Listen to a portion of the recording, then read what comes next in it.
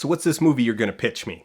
Okay, so there's 4 women talking about sex, but they're old. You mean like 32? Older. 37? Older.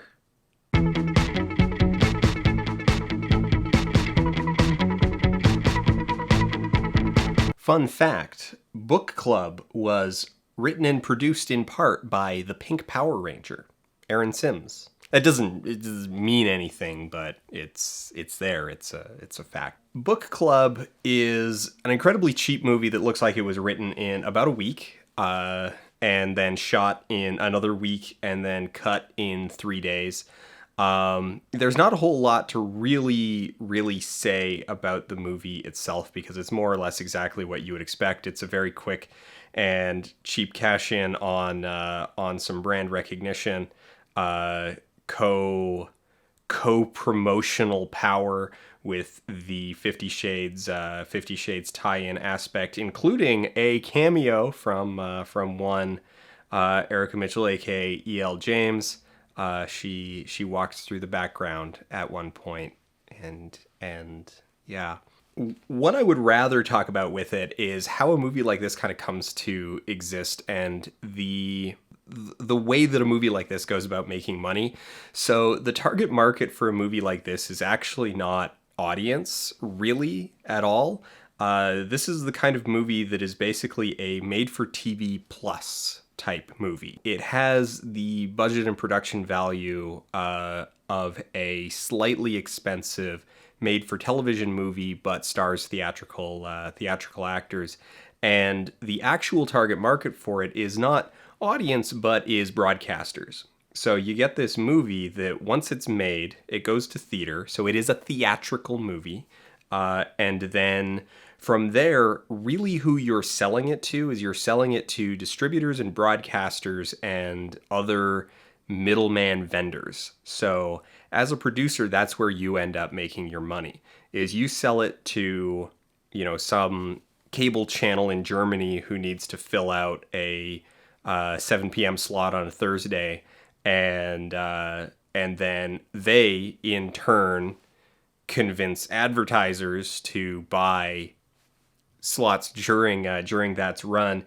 And all along this, basically everybody is just selling this movie to other people who are then going to turn around and try to sell it to other people. And it's not until you get to like the very end of the line, and in fact, because it's advertisers who are buying that spot on television, at no point do you ever really need to worry about selling it to an audience.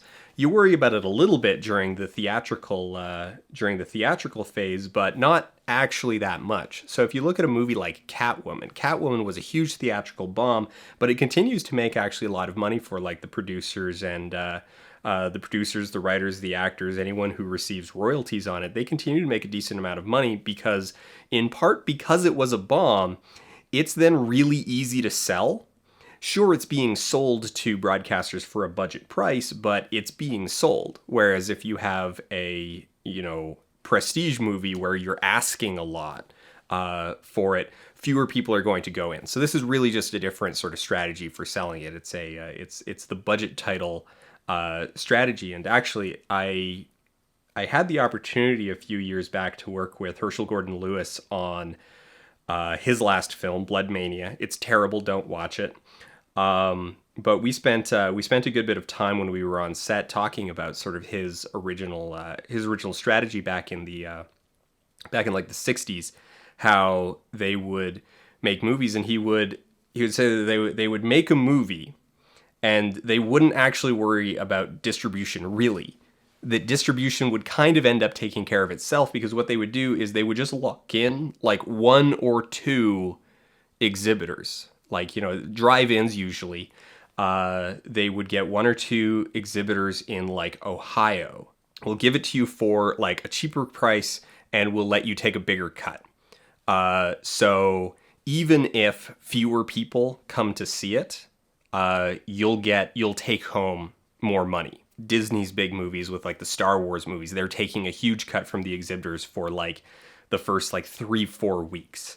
that it's in there. And so if you think about a movie that's going to take a 75, 80, 90% cut that's all going back to the studio, well, as an exhibitor, you're making very, very little money off of that, even if you're selling out every single show in every single theater for, days on end.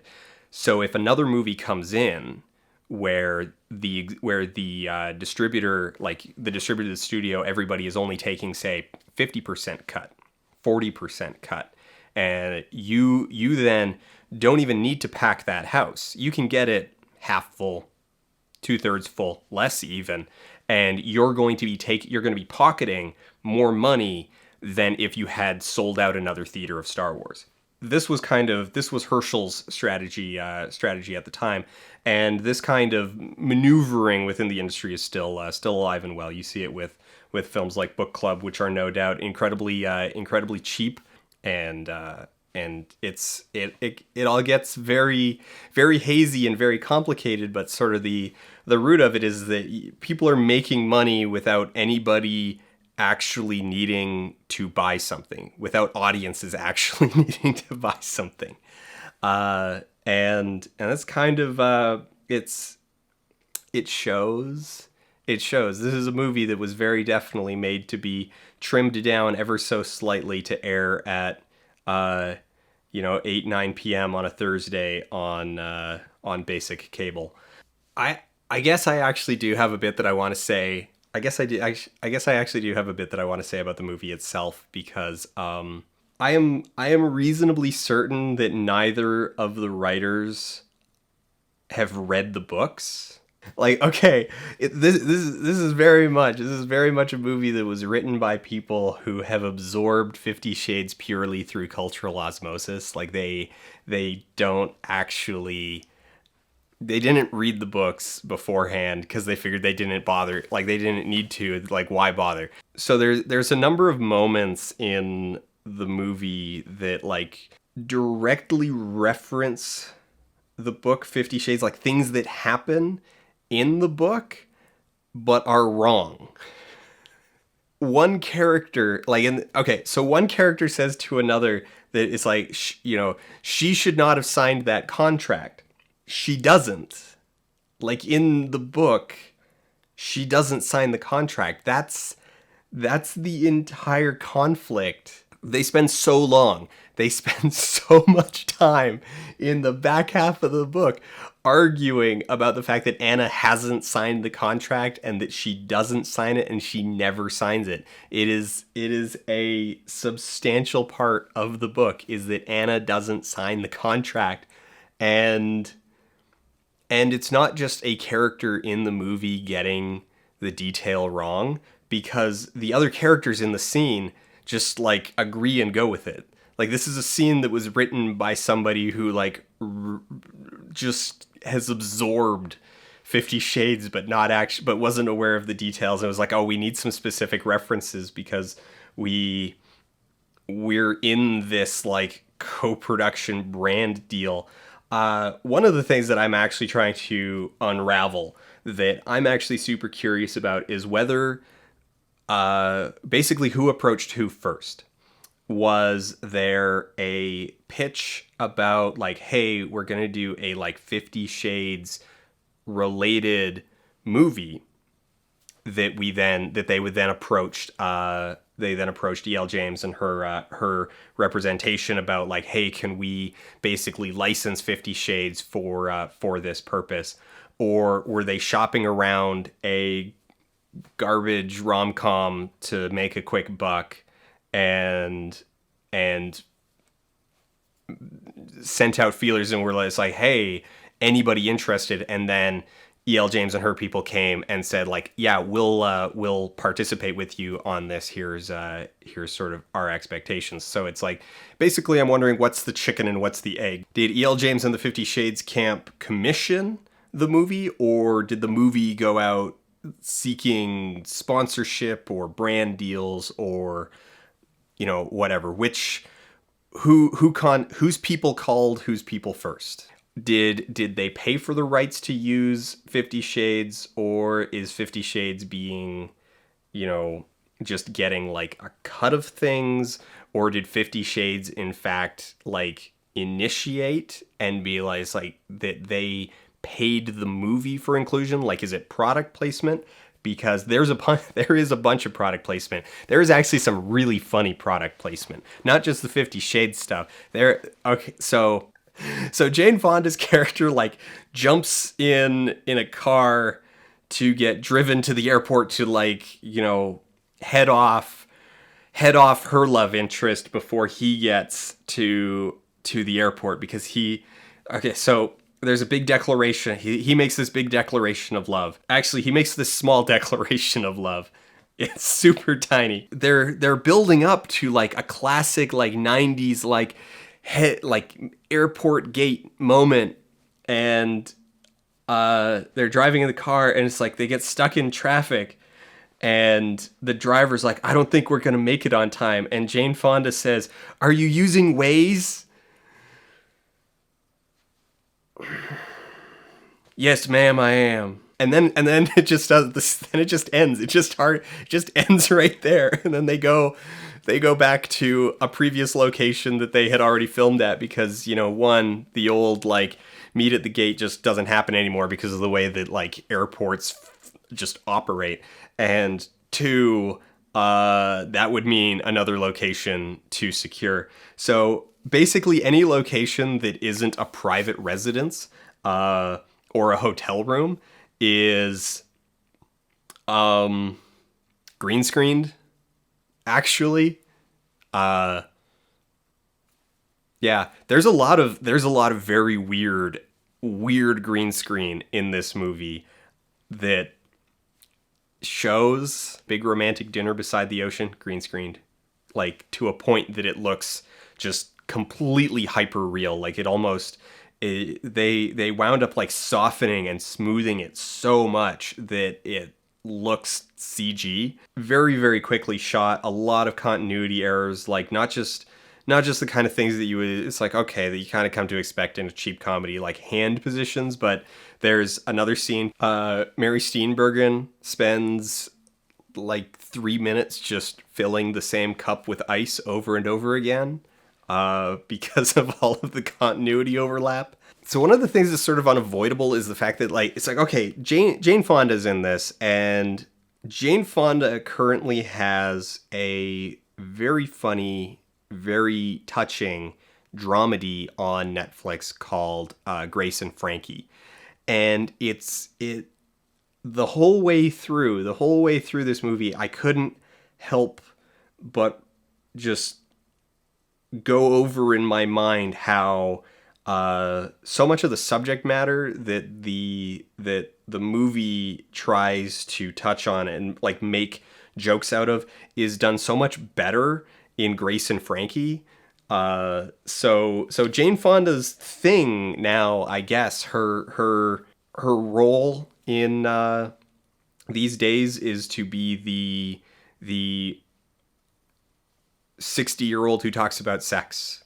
And in Grace and Frankie, that's really well done because it's woven with a lot of good character relationships and a lot of really funny, well-crafted jokes. And here, that is the joke. That's the sum entirety of the joke, is that she talks about sex and she's old. And that's the joke. She's a woman over 60 and she's talking about sex. Laugh.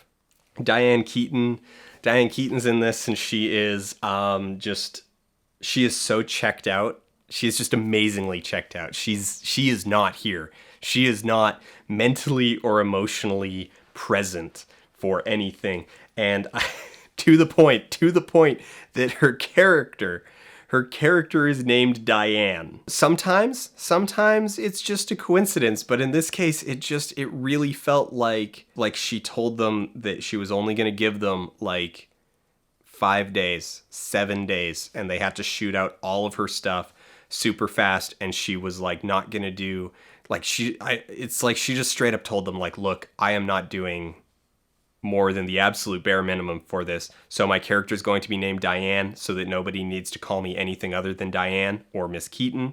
You will call me Miss Keaton, or you will call me Diane. And her character just dresses like Diane Keaton. Like, she doesn't dress like a Diane Keaton character. She just dresses like Diane Keaton.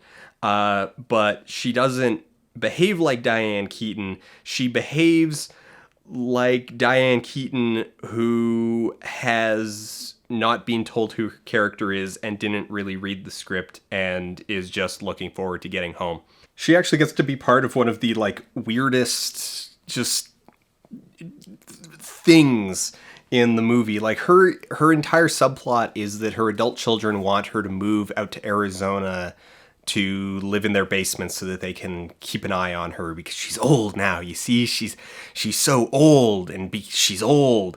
And in her climactic scene, she's moved to Arizona and is having lunch with her adult daughters, and they're, like, bugging her about like how she shouldn't have driven her car out. She should have got somebody else to do it for her because she's so old now. And she's just like, you know what? I don't need to deal with this. I'm not moving in. And just goes out and gets in her car and drives off with her U-Haul. She just says, I'm leaving, and leaves. And they're like, okay, bye, Mom. I did end up actually kind of settling into the movie eventually, about like after kind of the first third, like really once we got into the second act, I did actually kind of settle into it. It stopped being painful. Basically, once they stopped talking about 50 Shades, once they stopped trying to look like anyone gave a crap about this book, and once they stopped gushing about it in ways that were clearly not grounded in any sort of actual engagement with the book. Once they got past that, and it was just like, okay, you still at the end of the day have these immensely talented actors. Even if the material they're given is just thin and hacky and not very good, like, you know, they can sell a line. There's charisma and there's charm there. Just fantastic, talented cast. So even with just garbage material, there is a charisma there. And when they can just kind of like bounce off of just whatever, like you can kind of get into it. It's bearable, but oh my, during the actual book club scenes there, and when they're reading the book, like, so there's a few moments where they actually do like quotes from the book, they do readings from the book, and you know, you can just tell that it was just like, okay, all right, we got a copy. Okay, I don't know, just flip through until you see something. His hand moves back to concentrate on my nipple once more, and his teeth scrape along my jaw. Do you know how hot you are, Anna? His voice is hoarse as he rocks harder against me. Oh God, this is actually almost exactly the moment in the book that they wound up at in the movie. One of the things that was also funny, I know way too much about these books, like there's a moment where, you know, they're sitting there watching, like, you know, they're showing a character who's like reading, and she's got the book open, and she's like, oh my, this is so hot, but I can see it's like this far into the book, into the first book, and I'm just like, no, you're not even out of the interview. There is nothing happening in that chapter. The part that you're reading right now, nothing happens there. That is not a hot chapter. That is a chapter about Anna arguing with Kate about nothing. You are not reading a hot chapter, because the sex in the first book doesn't show up for like a while. So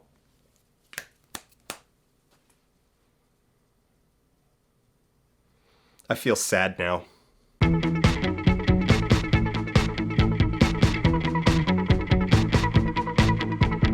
I can't actually use my copy of the first book for examples because we basically destroyed it while we were doing all of those close-ups for the actual video. Go watch my video.